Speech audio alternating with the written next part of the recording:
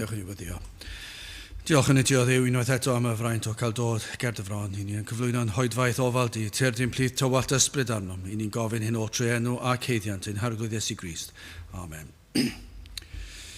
Croeso yn gwasanaeth ar ôl yr oedfa fe fydd na baned drws nesaf yn y neuadd. Bydd ein hoedfa nesaf pnawn Sul ym hanner awr 3. Ond nos Iau yma sy'n dod, fyddwn ni'n cynnal ein cwrdd gweddi miso. Felly nos Iau ym hanner awr 7 drws nesaf yn y neuadd ein cwrdd gweddi. Nawr wrth i ni gymryd y casgliad, gan i ganu tra'r ein heistedd emyn rhifun yr emyn gyntaf yn y llyfr yma, Sanctaidd, Sanctaidd, Sanctaidd, Dduw holl a lluog.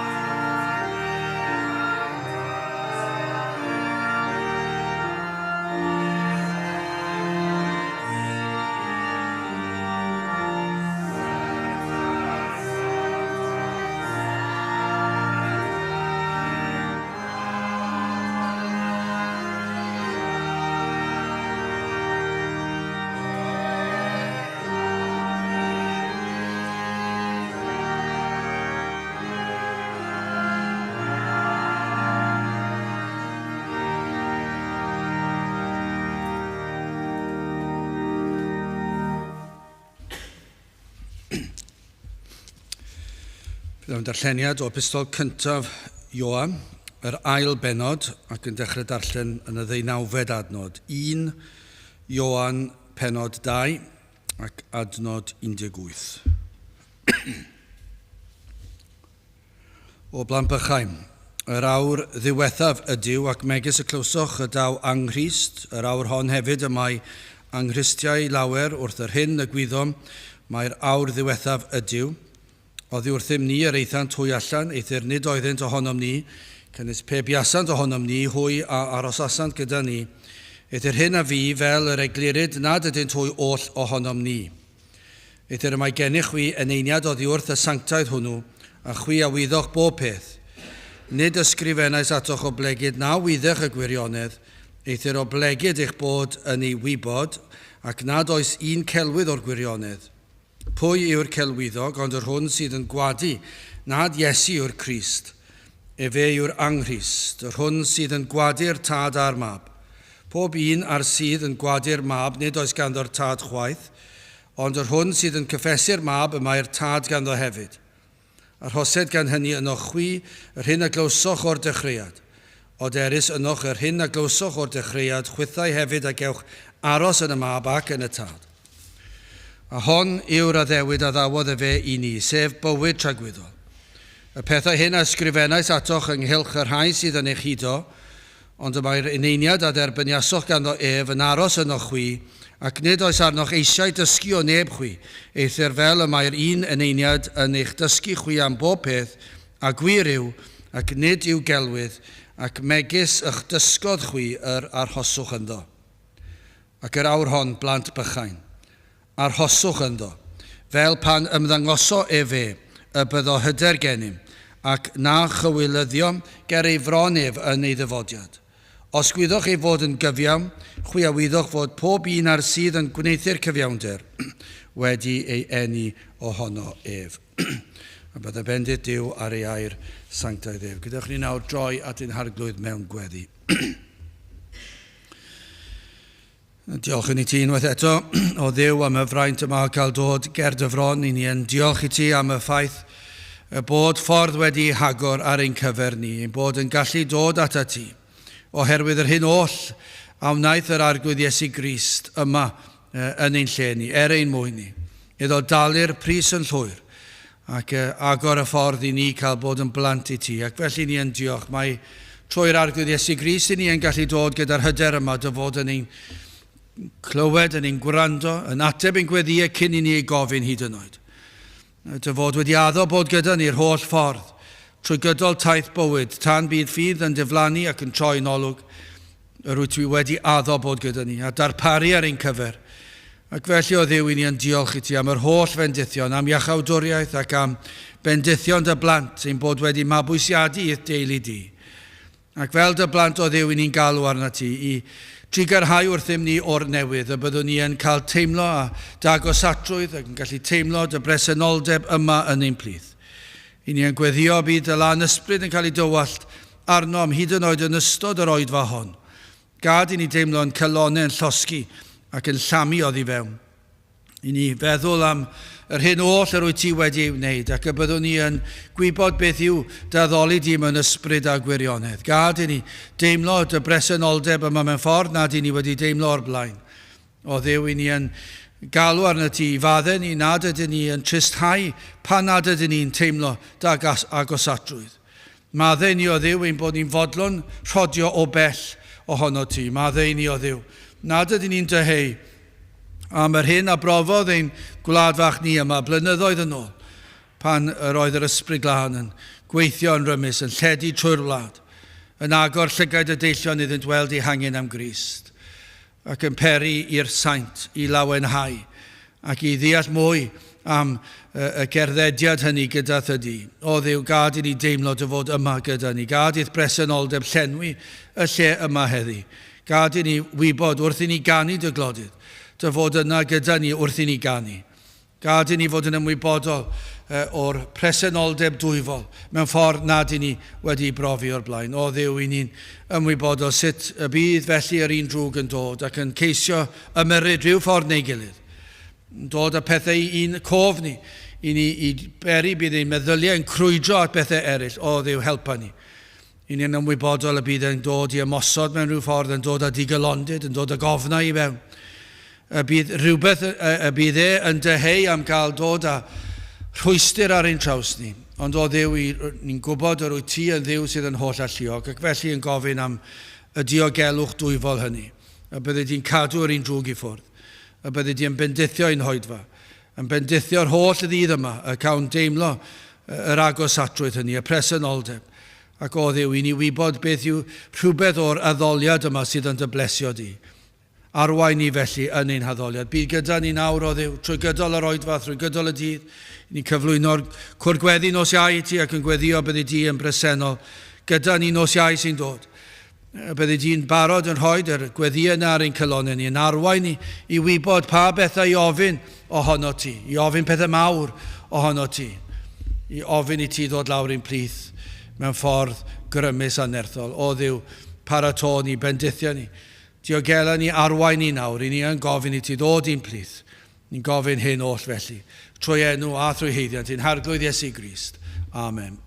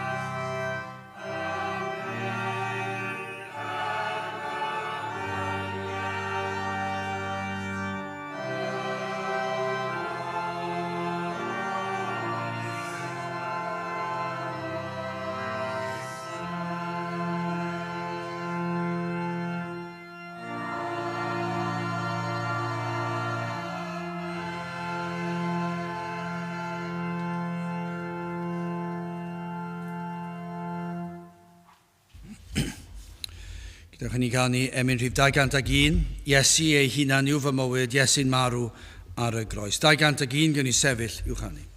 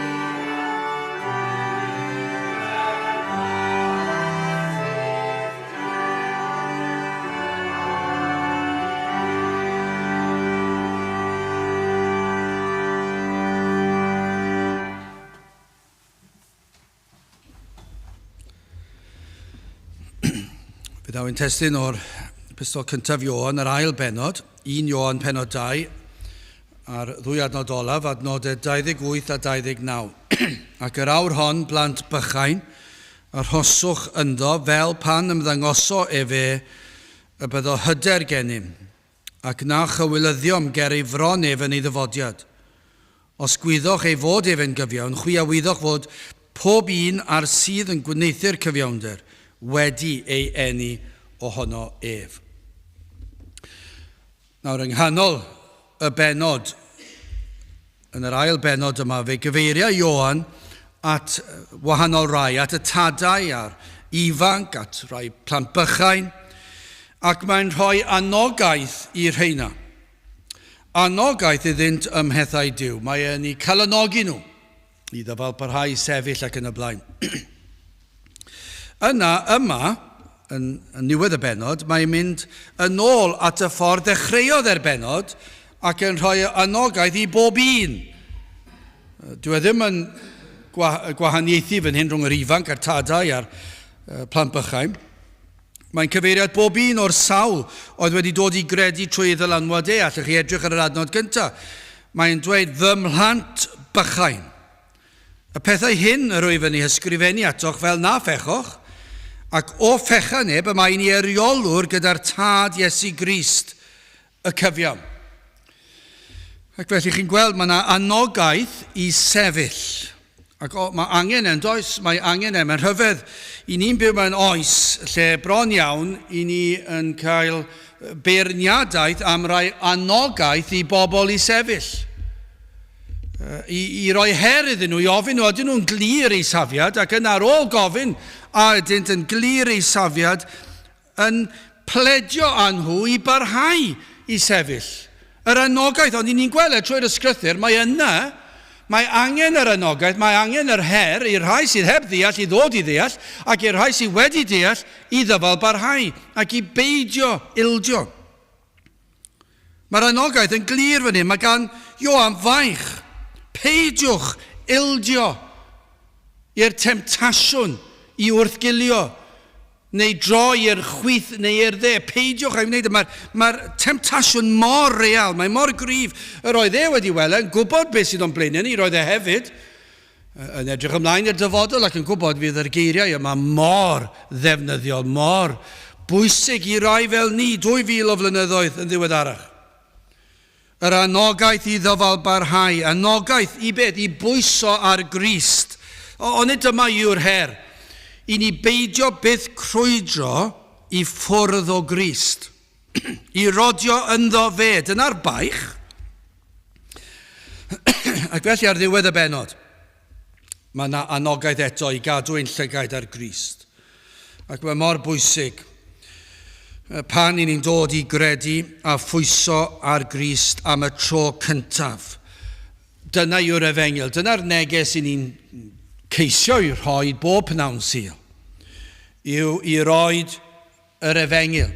Dyna yw'r nod, dyna'r bwriad, yw i bregethu am groes Iesu Grist, ac mae dyna'r ffordd i fod yn Gristion. Dyna'r bwrdwn, dyna'r neges, petai rwy'n yn gofyn beth i chi am anelu ato, petai ni'n gwybod bod gyda ni 10 mlynedd arall, 20 mlynedd arall, dydyn ni ddim yn gwybod pa mor hir sydd gyda ni ar y ddaear yma, neu pa mor hir mae'r arglwydd yn mynd i ganiatáu ni bod yma, ond pa bynnag mor hir, y nod nawr byddwn ni dal i bregethu beth yw Cristion, sut i ddod yn Gristion, a hwn oll yn pwyntio at Grist. Achos dyna yw'r peth pwysica. Crist a'i groes, ei fywyd, a'i farwolaeth, a'i atgyfodiad. Dyna yw'r neges bob tro. Dyna beth ddyle fe fod a beth. Ac felly, pan mae e mor bwysig, yw chos dyna sut mae rhywun yn dod i gredu yn y lle cyntaf, yn dod yn blentyn i Dduw. Os nad oes sôn am Iesu Grist a'i groes, ac mae dyna yw'r man canolog, os nad oes sôn am hwnna, yna mae'n rhywbeth mawr o'i le. A mae hwn ar ddechrau taith y Cristion, achos dyna'r man cychwyn. Ond mae e mor bwysig ar ôl na i rodio hefyd, ac i barhau i rodio yng Nghrist, ar hyd taith bywyd. Ac yna wrth i ni ddod at y diwedd. Hyd yn oes ni'n sôn am yr anadl olaf, neu os i ni yn sôn am ail ddyfodiad Iesu Grist, pan y dawen ôl. Yr anogaeth yw i ni edrych ac i bwyso arno fe. Dyna trwy'r amser, dyna'r bwrdwn fan hyn. Na darllen y testyn to, ddwy adnod olaf. A dyna welwch chi yw'r bwrdwn, ac yr awr hon blant bychain, a'r hoswch ynddo fe, yn Iesu Grist, a'r hoswch ynddo, fel pan ymddangoso e fe, pan ddaw yn ôl, y byddo hyder gennym, ac na chywilyddiom ger ei fron ef yn ei ddyfodiad. Dyna beth sy'n mor bwysig. Dyna lle dylen llygen ni wastad fod yn edrych tuag ato, tuag at Iesu Grist. Wel, yn gyntaf, hoffwn ni edrych ar yr adnodau yma ar hyder y Cristion, yn ail cyfiawnder y Cristion ac yna prawf y Cristion. Beth sy'n profi ein bod ni yn Gristnogion? Beth yw'r prawf? Achos mae'r ysgrythur yn llawn o hyn hefyd. Mae yna brawf. Mae yna arwyddion sydd yn dangos i ni ble i ni'n sefyll. Ac fe welwn ni fe yn y darn yma. Ond yn gyntaf, hyder y Cristion, adnod 28.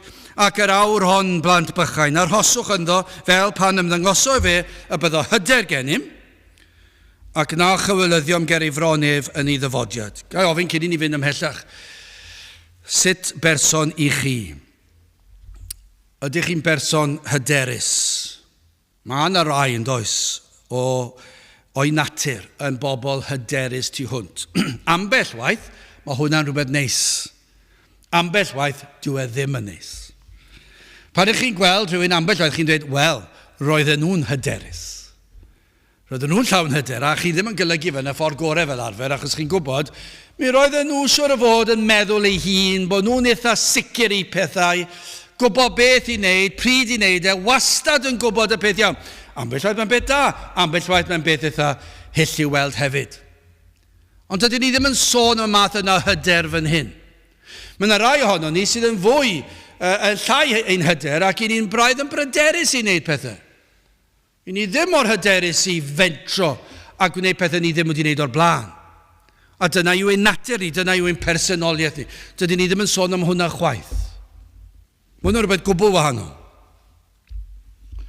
Achos mae'r hyder yma'n bosib i bob un ohonom ni.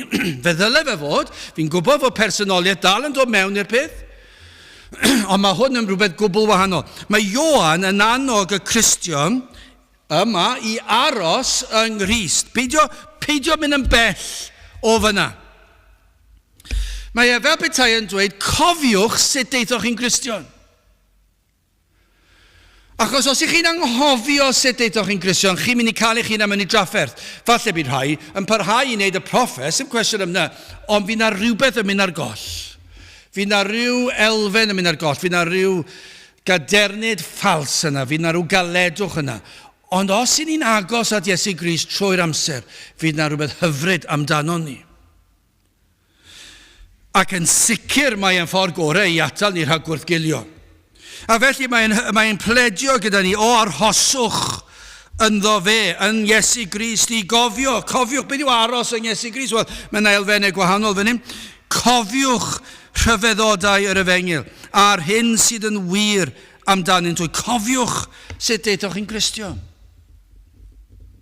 Cofiwch eich holl bechod a holl wrthwynebiad o Dduw. Dwi ddim yn beth neis i gofio nôl ein pechod, a dwi ddim yn beth neis i gofio'n gwrthwynebiad o Dduw, ond o dro i dro, dwi ddim yn beth drwg i atgoffa'n hunan, a dwi'n cofio beth oedd e fel.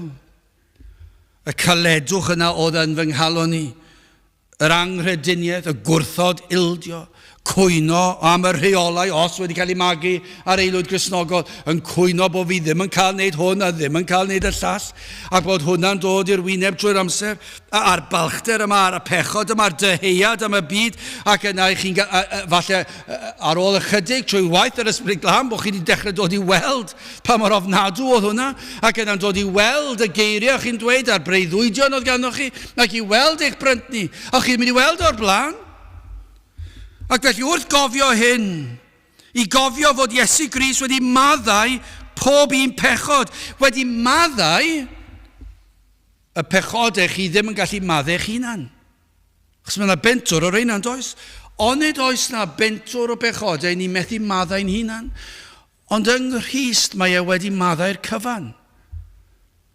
Bod Iesu Grist wedi maddau y gwrthryfel oedd yn cael o'n ni, y casineb oedd yn cael o'n ni. Ac nid yn unig wedi derbyn maddeuant, ond ni chi wedi derbyn heddwch cydwybod. Mae hwnna'n rhywbeth anferth. Pan oeddech chi'n teimlo mor eog ac yna chi'n derbyn heddwch yn eich cydwybod. Mae hwnna yn un o'r bendithion mwyaf a heddwch a Duw. Ac bod chi wedi cael eich golchi'n lan, falle bod chi'n cofio y teimlad o frynt ni a'r erchylltra o dod wyneb yn wyneb a'ch pechod, ac yna dysgu trwy glywed ar y fengil bod Iesu Grist wedi maddau'r cyfan ac ar y groes ei waed wedi llifo a bod wedi golchi chi'n wynach na'r eira. Hynny yw chi'n mor lan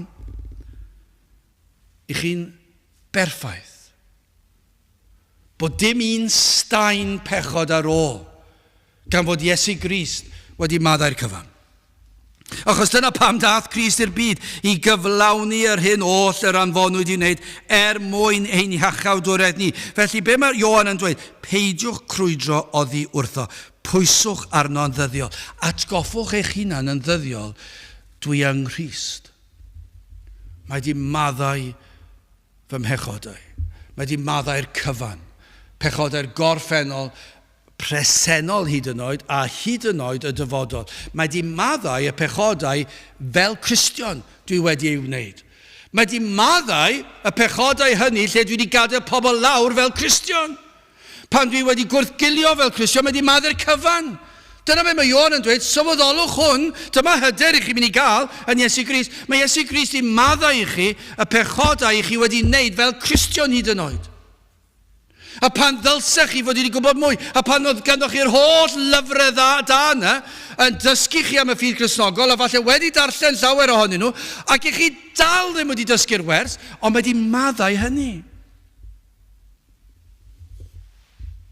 Dyna i chi'r efengil, dyma mae Ioan am i'r bobl yma i sylweddoli, mae'n rhoi'r fath hyder i chi. Fod Iesu Grist wedi maddau y cyfan, wedi'ch golchi chi'n lan. A dyna pam y dath e. Felly mae'n dweud, peidiwch a crwydro oddi wrtho, pwyswch yn ddyddiol arno. Dyna sydd yn rhoi hyder i'r Cristion. Ond ydy yn rhyfedd meddwl bod modd i'r Cristion, i ni gael hyder, wrth feddwl am ailddyfodiad Crist. A mae meddwl am ailddyfodiad Crist yn ysgytwol, yn diwe? Mae meddwl am y ffordd bydd Iesu Grist yn dod yn ôl yr ail waith. A fydd yr holl fyd yn gwybod, y rai sydd o'n tano ni, oedd hi tano ni. Sut ych chi'n esbonio yna, dwi ddim yn gwybod. Rai sy'n Awstralia, Zeland Newydd, yn yr holl cyfandiroedd anferth yma draws y byd, fydd yr holl fyd yn gwybod pan fydd Iesu Grist yn dod yn ôl. Na mae hwnna yn ddigwyddiad brawychus yn diwedd. Ac fydd ei berffeithrwydd ei weld ar draws y byd i gyd. A ni'n gwybod nawr, pan i chi ynghlwmni rhywun da, glân, Cristion, sanctaidd, mae'n neud i chi deimlo ambell waith, dwi heb ddechrau to, mae'n neud i chi deimlo ambell waith, eog am eich pechodau chi. Mae'r byd yn teimlo fel, pan mae Cristion yn y swyddfa, diw'r byd yma licio'r Cristion yn y swyddfa, achos mae'r Cristion yn lan ac yn bir a falle'n garedig, ac yn neud nhw deimlo'n eog. Ond dychmygwch pan ddaw Crist yn ôl, fe fydd yr holl fyd yn ymwybodol fod yn dod a mae'n berffaith. Fydd ei sancteiddrwydd ei weld ar draws y byd i gyd. Fydd y byd i gyd yn gwybod fod y Beibl yn wir erbyn hynny. Fydd y byd i gyd yn gwybod fod na dyd o farn yn mynd i ddod. A fydd y fath bresenoldeb dwyfol yna, fydd yn siglo chi. A mae meddwl am y peth yn eitha brawychus, ond mae'n gallu dychryn y Cristion. Tybio ni. O fi'n siŵr bydd na rai Cristnog yn dweud, hwna, fi ddim yn wel, dwi'n yn gwybod beth maen nhw'n meddwl amdano, achos allai dweud hyn ydych chi, mae'n rhywbeth sydd yn, ni ddim wedi profi fo'r blaen. Mae marw yn rhywbeth ysgytwol, ond ydy e. Sa ni wedi profi hwn ar blaen, ni wedi gweld pobl eraill, a mae'n beth anferthol i weld rhywun y marw. Mae'n siglo chi am gweddill eich bywyd chi. A pan ddaw hwnna i fi ac i chi, mae'n beth anferthol. Dwi'n ddim yn dweud allwn ni ddim i wynebu fe a hyder, ond mae'n rhywbeth ni ddim wedi brofi o'r blaen. Ond pan ddaw Iesu Grist yn ôl, mae wedi addo dod yn ôl, ac fe fydd e yn dod yn ôl, ond pan ddaw yn ôl, dyna i chi brofiad, ond be mae Ioan yn dweud yw hyn, fe fydd ganddo chi hyder. Mae'n beth sydd yn anodd i ni ddeall bod yn bosib i rywun fel fi a chi fod yn hyderus yn gwynebu Iesu Grist yn dod yn ôl. Mae'n rhywbeth anferth. Ond mae'n feiblaidd, mae'n fan hyn. Ac awr hon, blant bychain, arhoswch ynddo, pan ymddangoso e fe, y byddo hyder gennym. Ac na chywilyddiom ger ei fron ef yn ei ddyfodiad. Mae'n rhyfedd ond yw fod rai fel ni yn gallu cael y fath hyder pan y daw yn ei holl ysblander. Pan y gwel pawb ei fod wedi dod am ddigwyddiad mawreddog. Digwyddiad fydd yn arwain pob enaid at ddydd y farn. Sut felly fod Ioan yn gallu dweud y gall un enaid wynebu'r fath ddigwyddiad gyda hyder? Achos ni ddim yn sôn am yr hyder y pobl yma sydd yn gwybod fel i wneud popeth a sydd yn gallu mentro i unrhyw le heb boeni. Achos maen nhw wastad yn gweithio fe mas a ffeindio'r ffordd yn gywir i ble bynnag maen nhw'n mynd. Ni ddim yn sôn am hyder fel yna. O'r rheswm yn dweud i hwn, pan ymddangoso fe, y byddo hyder gennym, ac na chywilyddiom ger ei fron ef yn ei ddyfodiad. Mae Ioan yn dweud yn eglur, caiff y Cristion hyder bryd hynny. Caiff y Cristion hyder wrth wynebu yr anadl olaf. P'na i'r ail ddyfodiad yw yn i'r anadl olaf. Caiff y Cristion hyder yn ei ddyfarn. Pam? Achos mae e'n rhodio yng Nghrist. Dyna pham, dim reswm arall. Hyder ydyw yng Nghrist yn ei berson. Mae'r hyder yma sydd gan y Cristion wrth ddod at o'r seddfaint o ras. Mae'n adnodau'n dweud yn does fod gan y Cristion hyder wrth ddod at o'r seddfaint o ras. Ac felly bydd hyder hefyd wrth ddod at o'r seddfaint o farn. Yr un yw'r hyder. Yr un yw'r hyder, beth yw e? Ein bod yn dod yn Iesu Grist. Dyna yw'r hyder. Sut gall hwn fod? Achos fod Iesu Grist wedi cymryd y gosb yn barod. Dyna'r hyder. Does dim cosb i'r Cristio. Pam mae Iesu Grist wedi gosbi yn fy lle. Dyna yw'r efengil. Fe gyflawnodd Iesu Grist yr holl gyfraith yn fy lle. Dyw'r gyfraith ddim yn fy nghondemio i dim mwy. Mae Duw wedi roed ei gyfraith y ddeddf ni, a hwnna yw perffeithrwydd. Does dim ffordd i ni gadw yn agos at un ohonyn nhw. Does dim gobaith i ni gadw ffracsiwn ohonyn nhw. Ond un peth i ni'n gwybod, mae'r gyfraith yna ac mae'n berffaith. Ac i gyrraedd y nefoedd, rhaid fod yn berffaith. Amhosib, doedd e byth yn bosib yn ein pechod. Dyw e ddim yn bosib i unrhyw un gyrraedd y nefoedd trwy fod yn dda.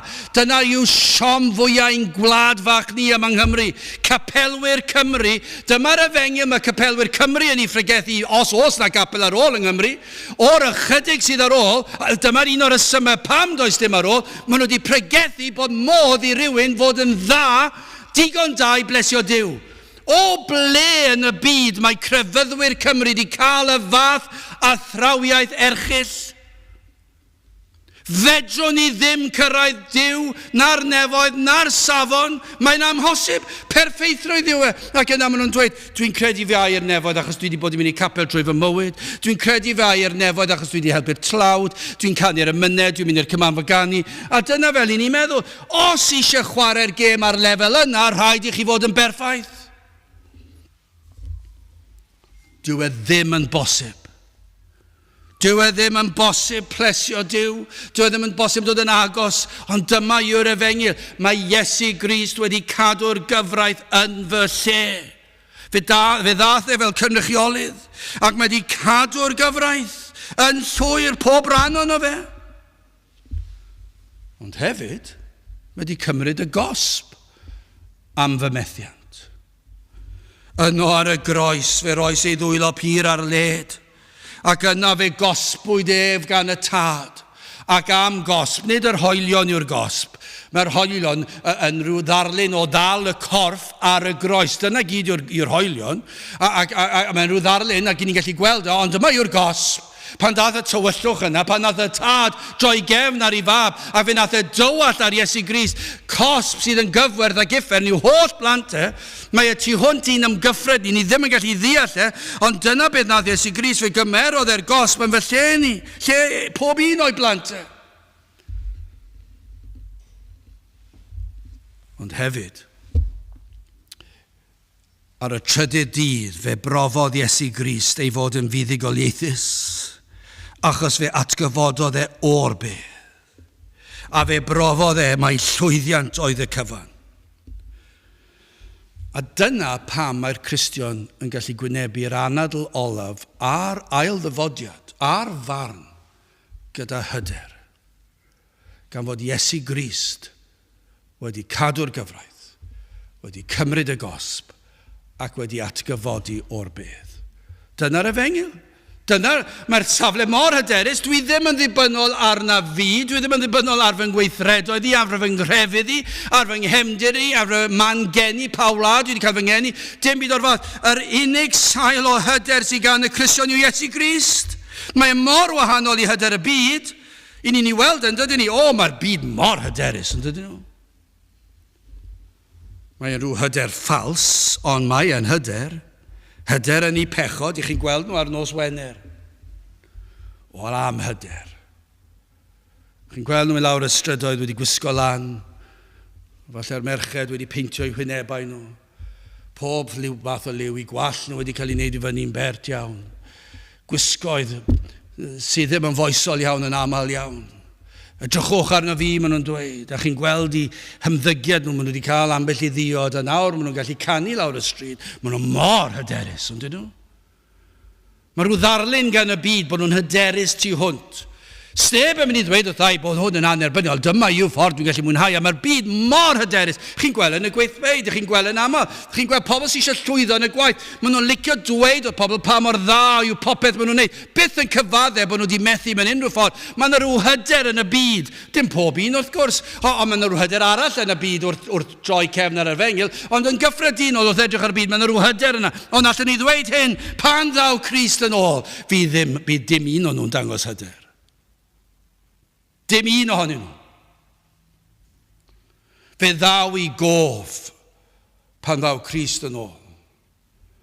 Y siliau wnaethon nhw dorri a gwrthodildio i Grist. Y pechodau yn llifo nôl i'r cof. Fydd gyda nhw hyd tragwyddoldeb. Fydd dim hyder pryd ni. Fydd dim hyder yn y ffordd gwrthodon nhw ei air ei efengil. Fe fydd yn diflannu yn reit gloi. Fe fyddan nhw'n chwilio tuag at y mynyddoedd i'w cuddio nhw. Fydd y fath cwylydd. Fydd y fath ofn. Fydd y fath gryndod. Y rhai falle oedd yn gwneud hwyl am ben. Y rhai oedd yn erlyd yr eglwys. Y rhai oedd yn lladd Cristnogion efallai. Fe fyddan nhw'n chwilio i'r mynyddoedd i'w cuddio. Fydd dim hyder pryd ni. Ond nid felly'r Cristion. Fydd yna hyder gostyngedig yna. Fydd dim balchder yna. Ond fydd yna rhyw heddwch yna. Pam dwi yng Nghrist. Y mae Crist wedi dod nôl. Neu os daw ar anadl ola, fydd yna rhyw hyder gostyngedig yna. Dwi'n pwyso ar Grist. Ar Iesu Grist yn unig. Does dim gobeith arall gen i. Dyna pam dwi'n hyderus. Efallai bydd elfennau o'r corff a'r cnawd yn ymwybodol. Dwi ddim wedi bod ffordd hyn o'r blaen, a falle rhyw fath o ofnau felly. Ond yna, trwy hwnna i gyd, fe fydd yr hyder yma gan y Cristion. Fydd yn gwybod mae fe enaid yn saff, achos dwi'n pwyso ar Grist. Dwi ddim yn pwyso ar neb arall. Dwi ddim yn pwyso ar fi fy hunan, ar pwy ydw i. Dwi'n pwyso ar Grist. Bydd gan rhain hyder a dim cwylydd oherwydd yr arglwydd Iesu Grist. Dyna chi hyder. Mae'n anhygoel. Dyw'r byd ddim yn gweld dim byd am hwn, ond mae'r Cristion yn. Gallwch chi symud ymlaen. Cyfiawnder y Cristion, adnod 29. Os gwyddoch ei fod ef yn gyfiawn, chwiawyddwch fod pob un ar sydd yn gwneithu'r cyfiawnder wedi ei eni ohono ef. Wel, cyn i ni edrych ar y prawf, ni'n dweud hyn, nid agor y ffordd at gwestiynu sydd yma, neu rhyw elfen o amheuaeth. Hynny yw, pa mae'r Ioan yn defnyddio'r gair os gwyddoch chi fod ef yn gyfiawn. Mae'n hawdd iawn yn diwedd i ni feddwl mae rhyw gwestiynu neu amheuaeth yw'r os. Ond dim byd o'r fath, yn sicr pan mae newydd sôn am hyder, does dim amheuaeth fan hyn. Be mae'n golygu yw hyn? Gan eich bod yn gwybod hyn oll, gan fod hyn yn wir ohonoch chi, gan eich bod yn credu yn yr arglwydd Iesu Grist, ac yn rhodio yno ef ac yn pwyso arno ef. Gan fod hwnna'n wir, os gwyddoch ei fod ef yn gyfiawn, gan eich bod yn gwybod ei fod ef yn gyfiawn, mae'n dweud, edrychwch at gyfiawnder Crist. Dyna sail, ni wedi dweud yn barod, holl hyder y Cristion. Mae Iesu Grist yw ein cyfiawnder ni. Nid pwyso ar ymdrechion ein hunan, nid neu'n daion ein hunan, ond pwyso ar gyfiawnder un arall ar Grist. Cyfiawn yw Crist, ym mhob ystyr y gair. Crist fel Duw. Os ni am feddwl amdano fel Duw, mae Iesu Grist yn gyfiawn fel Duw. Yn ei natur, mae e'n gyfiawn, mae e'n berffaith, mae e'n sanctaidd, mae e'n bir. Mae e'n iawn am mhob peth y mae e'n i'w wneud. Mae e'n gyfiawn yn ei natur. Ym mhob un o'i weithredoedd y mae e'n gyfiawn fel Duw. Mae e'n berffaith, mae e'n deg. Ym mhob ffordd, ym mhob un ffordd y mae e'n delio â ni. Mae e'n gyfiawn, mae e'n deg. Does dim pwrpas i ni feddwl, dwi ddim yn deall ar egwyddor yma metholedigedd ac am yr holl athrawiaethau yna sydd y tu hwnt i ni. Beth i ni'n gallu troi nôl ato bob un tro yw, mae e'n gyfiawn. Does dim anhegwch yma. Peidiwch â dadleg hynny. Mae e'n gyfiawn, mae e'n iawn, mae e'n bir, mae e'n deg, mae e'n garedig, mae e'n llawn cariad, mae e'n llawn trigaredd, mae popeth mae'n neud yn iawn. A pan mae e'n barnu ac yn cosbi i uffen a thragwyddoldeb, mae e'n iawn. Dyw e ddim yn anghywir yn ei farnedigaethau e, mae e'n gyfiawn. Rhaid i ni ddeall hynny, dyna yw ei berson e. Dyna yw ei gymeriad e, dyna yw y priodoleddau am Iesu Grist fel Duw, mae e'n gyfiawn. Ond cyfiawn yw Crist fel dyn. Fel ein cynrychiolydd, dyna i chi gynrychiolydd. Fyddwch chi'n ofnus y dod at yr anadl olaf, neu at yr ail ddyfodiad ac yn bryderus, ble dwi'n sefyll. Pwy fyddwch chi eisiau gyda chi? Falle byddwch chi'n dweud, o, beth am y gweinidog, neu beth am y mam a dad, neu beth am rhyw ffrind sydd yn Gristion ers blynyddoedd. O, na fydda nhw gyda ni. Na, sy'n eisiau neb o'r fath. Chi eisiau Crist fel eich cynrychiolydd. Ac am hyder mwyn hwnna'n roed i chi. Achos mae Iesu Grist yn gyfiawn fel ein cynrychiolydd. Cyfiawn yw Crist yn ei efuddod. Yn y modd yr ufuddhaodd ei dad yr oedd yn gyfiawn, yr anfonwyd i'r byd i ddelio a phechod yr oedd yn gyfiawn. Rhaid oedd i Iesu Grist arostwng ei hun am efuddod ac yn hyn oll yr oedd yn gyfiawn. Cyfiawn ydoedd yn ei fywyd. Does dim un nam wedi ddarganfod am Iesu Grist. Dim un gair croes o ddywedo, dim un gweithred o hunanoldeb, o falchder, o gysineb, dim byd. Cyfiawn ydoedd yn ei eiriau wrth ymwneud â phobl, wrth ymwneud â'i elynion, yr oedd yn gwbl gyfiawn. Mae Pant y Celyn, taro'r hoelen ar ei phen. Cael trefn i faddau pechod yn yr iawn. Yn yr arglwydd Iesu Grist, yn ei fywyd a'i farwolaeth a'i atgyfodiad. Yn y pris a dalodd e. Caid trefn, mae ffordd wedi drefnu. Caid trefn i faddau pechod yn hwn, yn yr iawn. Mae iachawdwriaeth barod ble? Trwy fynd i capel? Na. Mae iachawdwriaeth barod trwy fod yn grefyddol a darllen y Beibl a canu ymynau cyman fawr ganu? Dim byd o'r fath. Mae iachawdwriaeth barod ble? Yn yr iawn. Mae'r ddeddf o dan ei choron, cyfiawnder yn dweud digon, a'r tad yn gweiddi bodlon. Mae yn fodlon a'i fab, a'i fywyd a'i farwolaeth a'i atgyfodiad, a'i aberthau, a'i fuddod. Mae'r tad yn gweiddi bodlon yn yr iawn, a diolch byth meddseion am yr iawn. Dyna beth mae'r eglwys yn ei ddweud, dyna beth mae'r Cristion yn diolch byth am yr arglwydd Iesu Grist. Chos bydde dim gobeith i ni, na fydde? Bydde camu allan i unrhyw ddiwrnod yn frawychus, achos i ni ddim yn gwybod beth sy'n gwynebu ni, dim un diwrnod. Ond yng Nghrist, mae'n rhoi hyder i ni. Yn awr, hen deulu'r gollfarn, llawen hawn. Pam? Mae'n cymorth ar un cadarn. Allech chi ddweud, mae'n cymorth ar un cyfiawn hefyd, allech chi newid e. Ond mae'n cymorth ni, mae'n help ni, mae'n iachawdwriaeth ni ar un cadarn. Pwy yw'r un cadarn? Iesu Grist. Llawen hawn. A mae galwad heddiw ato abythol fywyd yno ni chollir neb agredo llawen hawn a gan lwyr ymroddi iddo llawen hawn. Hynny yw, dyna yw achos hyder y Cristion wrth fyw, wrth farw, wrth wynebu'r ail ddyfodiad Iesu Grist, y mae e wedi orchuddio'n llwyr a chlogin cyfiawnder Crist yn ei berffeithrwydd ef. Dyma awel y tad. Dyma be mae'r diw y tad yn ei weld. Dwi ddim yn gweld ein pechod ni, dwi ddim yn gweld ein cwyno ni, dwi ddim yn gweld ein geiriau croes ni, dwi ddim yn gweld ein teimladau diflas ni, dwi ddim yn gweld dim i ddorfa. Be mae'r tad yn gweld yw perffeithrwydd Crist. Be mae'n gweld yw'r rhai sydd wedi dod at y groes.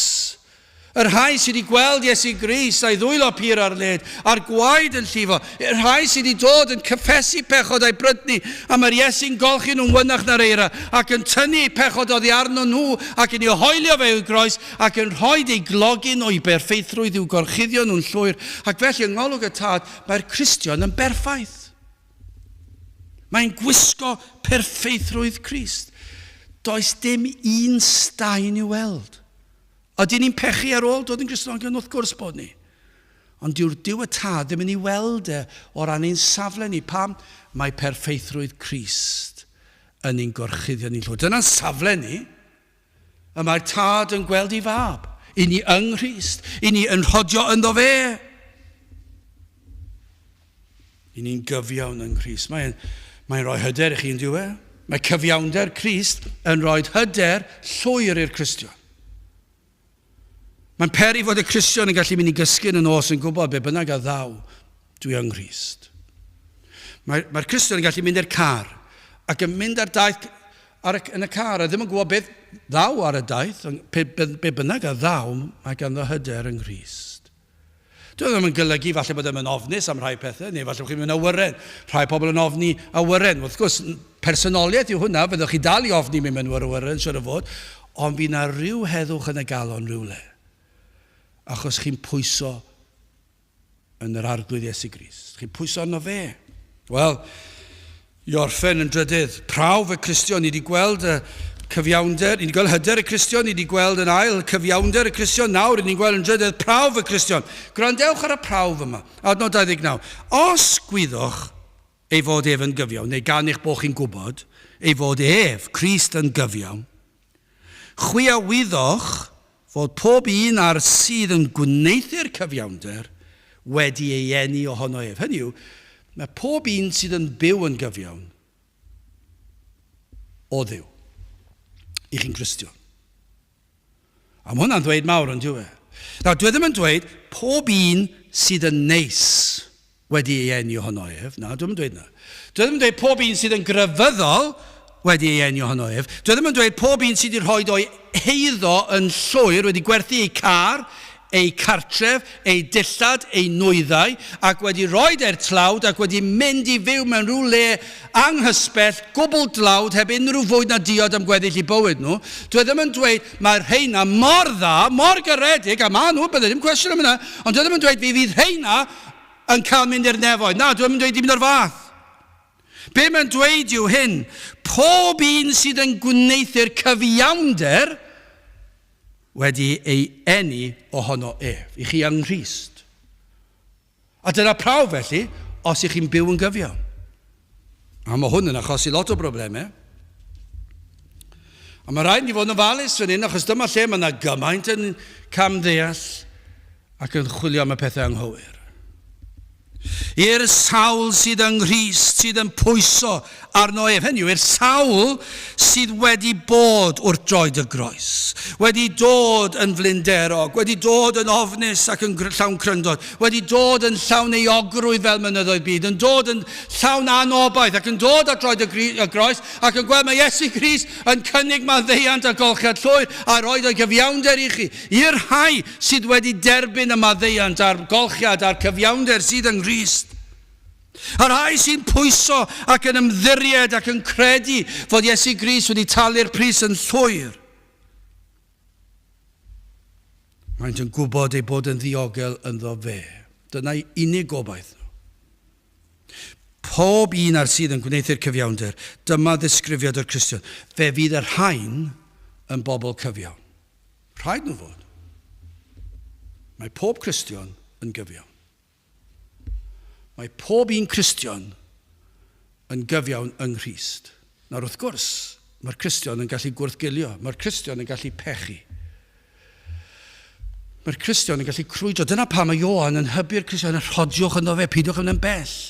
Nawr unwaith yn Cristion, ni wastad yn Cristion, mae hwnna'n wir.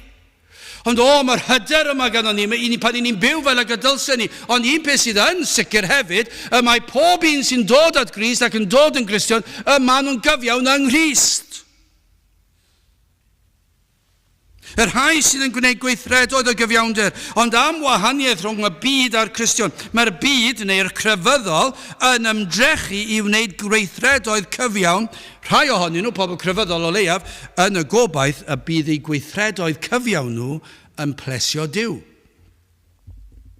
Bydd rhain yn ymfalchio neu gweithredoedd da ac yn meddwl fydd hwn siŵr o blesio Duw achos dwi'n grefyddol a dwi'n dda, dwi'n foesol, dwi'n aberthol, dwi'n helpu pobl eraill, dwi'n garedig i pobl eraill, dwi ddim yn dadle trwy'r amser, a maen nhw'n rhoi rhestr hir faith o pethau da amdano nhw. Ond beth i ni'n gwybod yw hyn, mae'r rheiniau oll wedi llygru. Ac felly does dim un o'r gweithredoedd hynny'n gyfiawn, gan bod nhw'n llawn balchder, maen nhw wedi sbwylo'n barod. Gan ni bod nhw'n dibynnu ar eu gweithredoedd da, maen nhw wedi llygru. Mor wahanol i'r Cristion, mae'r rhain wedi gweld bod eu gorau fel bratiau bydron. Mae'r Cristion wedi cael y profiad o weld bod eu cyfiawnder gorau nhw fel bratiau bydron, yn drewi. Maen nhw'n gwybod bod nhw wedi dod mor fyr o safon Duw. Mae'r Cristion yn cofio nôl yn ddibynnol ar gweithredoedd da ac yn gweld roeddwn ni mor fyr o'r safon o berffeithrwydd. Ac mae'r rhain wedi dod i weld mai dim ond Iesu Grist oedd wedi cyflawni'r gyfraith, ac fe nath hyn yn fy lle, ac dwi wedi derbyn y clogin o gyfiawnder Crist arna fi trwy ei ras. Ac felly, gan ei bod yn gwybod ei fod ef yn gyfiawn. Ac mae Crist yw ei cyfiawnder hwy. Nid nawr ei gweithredoedd da nhw yn cael ei gwneud i blesio a bodloni Duw, ond gweithredoedd cyfiawn ydynt a ddaw o ganlyniad i gyfiawnder Iesu Grist. Nawr, mae hwnna mor bwysig. Fe fydd y Cristion yn byw yn gyfiawn, nid i blesio Duw, ond oherwydd cyfiawnder Crist ynddo fe. Mae gwirth wedi digwydd. Mae'r gogwydd wedi newid, mae'r cyfeiriad, mae'r person yn mynd nawr yn wahanol. Gynt oedd e tuag at bechod ar byd, ond nawr mae e tuag at Grist ac tuag at cyfiawnder a sancteiddrwydd a glendid. Wrth gwrs mae'r Cristion yn methu ac yn edifarhau ac yn tristhau, ond y gogwydd yw tuag at Grist at gyfiawnder. Ond fe welwn ni arwyddion, fydd arwyddion o fywyd yno, bywyd ysbrydol, bywyd o sancteiddrwydd. Nawr mae'n dangos ei fod wedi eni o ddifri. Os gwyddwch ei fod ef yn gyfiawn, os ych chi'n gwybod na, os mae fe yw eich cyfiawnder, chwi a wyddwch fod pob un ar sydd yn gwneud cyfiawnder wedi eni ohono ef. Mae e'n rhoi hyder i ni fan hyn. Pan ych chi'n gweld sancteiddrwydd yn y bywyd. Mae e'n prawf ein bod wedi'n geni o ddifri. Fe wel ei fod yn blentyn i Dduw. Fel gweld tebygrwydd teuluol. Chi'n gwybod beth mae fel pan ych chi'n gweld rhywun? Pan mae plentyn yn debyg i'w rieni. A felly hefyd i blant yr arglwydd y sawl sydd wedi derbyn yr hedyn o sancteiddrwydd o fywyd yn yr enaid, y sawl sydd wedi mabwysiadu trwy Grist i'w deulu ef. Mae'r rhai sydd nawr yn rhan o deyrnas Duw, fe wel cyfiawnder yn ei gweithredoedd. Mae'n rhywbeth teuluol. I ni'n gyfiawn yng Nghrist, ac felly fe welwch i fe welwch i tebygrwydd. Fe fydd na weithredoedd o ddiolch. Gweithredoedd sydd yn dangos bod gwirth wedi digwydd, sydd yn dangos ein bod yn eiddo iddof. Rhyfedd sut awr rhai i fyny ato. Mae'n rhyfedd pan ych chi ddim yn nabod rhywun, a maen nhw'n dweud, dwi'n gwybod yn syth pwy yw dy dad a dy fam. Neu, dwi'n gwybod yn syth plentyn pwy i chi. Neu brawd pwy. Dwi'n gwybod syth, gallu gweld. Gallu gweld yn syth. Bo chi'n chwaer, neu'n frawd, neu'n fab, neu'n nith, neu'n nai, neu beth bynnag yw e. I rywun. Mae e'n rhyfedd, ond mae e'n gallu bod, dwi ddim yn un da am gallu gweld tebygrwydd felly'n aml iawn, ond pan dwi'n weld dwi'n methu dod dros y peth. Mae'r llygaid yna falle trwyn. Neu falle dim byd am yr olwg, mae rhywbeth am yr cerddediad. Maen nhw'n cerdded fel y personyn. Mae siap i holl gosgwrdd nhw, mae popeth amdani nhw. Mae ymatebion ambell waith. Mae ffordd maen nhw'n ymateb. Yn union fel y tad neu'r fam. Falle'r llais yn debyg, maen nhw'n siarad yn debyg. Ond mor hyfryd yw e. I weld tebygrwydd, i weld Iesu Grist yn ei blant. O dyna chi hyfryd. Bron iawn ni wedi mynd yn ofnus i chwilio am hwn. A bron iawn i ni'n dweud, wel, mae rhaid i ni aros cwpl o ddegawdau. Na. Pan mae gwirth wedi digwydd. O yr arwyddion o fywyd, a mae yn hyfryd pan i chi'n clywed rhywbeth yn y llais. Rhywbeth yn y cerddediad. Rhywbeth yn y dewisiadau. Rhywbeth yn y ffordd maen nhw'n siarad. Yn y pwnc maen nhw'n siarad amdano. Pob peth amdano. Mae'n ar elfen neu. Wrth gwrs, dyn nhw ddim yn union fel Iesu Grist eto, achos mae taith bywyd a bydden nhw ddim yn cael ei gwneud y berffaith tan bod nhw'n y nefoedd. Ond mae'n arwyddio, maen nhw'n gyfiawn. Maen nhw'n rhan o'r teulu Iesu Grist. A mae hyn oll oherwydd yr hyn am nath Iesu Grist trosom ni. Gai ofyn i chi wrth gloi, ble ydych chi arni? A ydych chi'n pwyso ar Iesu Grist, yn rhodio ynddo, yn byw iddo trwy'r amser? Nid yn unig bod chi wedi dod yn Gristion a falle degawd yn ôl fe ddeithoch chi a wedi gredu yn Iesu Grist, ond mae blynyddoedd wedi mynd a chi ddim wedi meddwl llawer am y groes. Na, mae'r Cristion gofo wastad fod o'r droed y groes. Wastad dwi eisiau bod wrth draed yr Iesu wrth iddo fynd a dod ac athrawieithu a dysgu o'i eiriau a dysgu o'r ffordd yn siarad. Mae'r Cristion eisiau bod wrth Iesu Grist. Ac am hyder, mae'n rhoi wrth wynebu bywyd. Os nad ydych yna dewch ato. Trai fod yn agos, galwch arno, ceisiwch dewch at droed y groes, am le i ddod, os ych chi'n simsanu, os ydych chi'n ofnus, wrth wynebu'r byd yma. O hyder, y mae hwn yn rhoi i chi. Am le i ddod, yno fe welwch chi fodlonrwydd y tad, mae'r tad yn fodlon a'i fab. Mae'n fodlon a'i fywyd. Mae'n fodlon a'i farwolaeth, mae'n fodlon a'i aberth, ac wrth ddod at Grist, fe gymerydd Iesu Grist eich pechod, ac fe fydd yn rhoi ei gyfiawnder i chi. Dyna yr hyder. Dim syndod bod Pantycelyn yn nawr hyn deulu'r gollfarn llawen hawn. Byddwch hyderus. Nid yn eich gweithredoedd chi, ond yng Nghrist.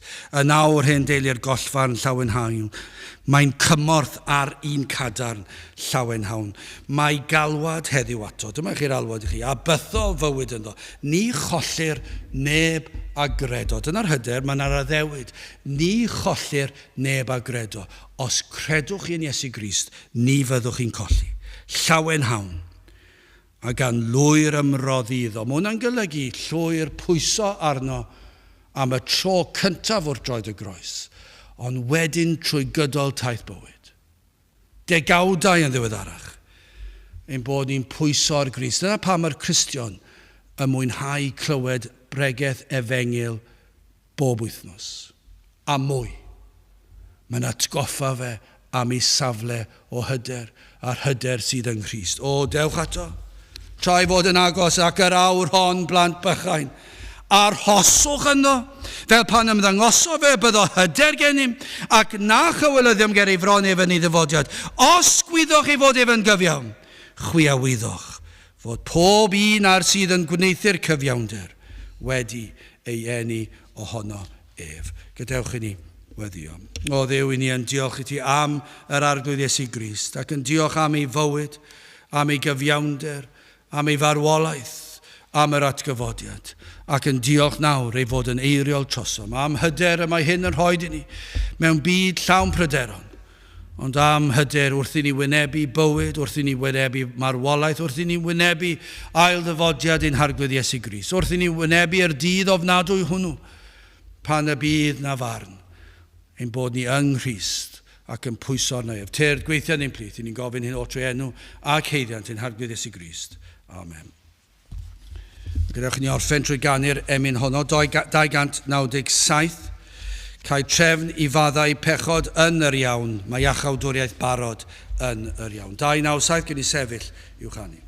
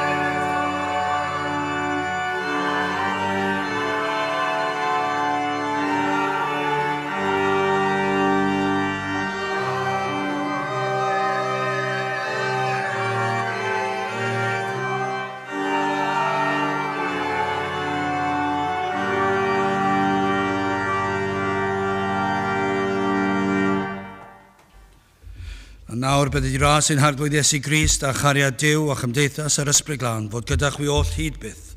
Amen.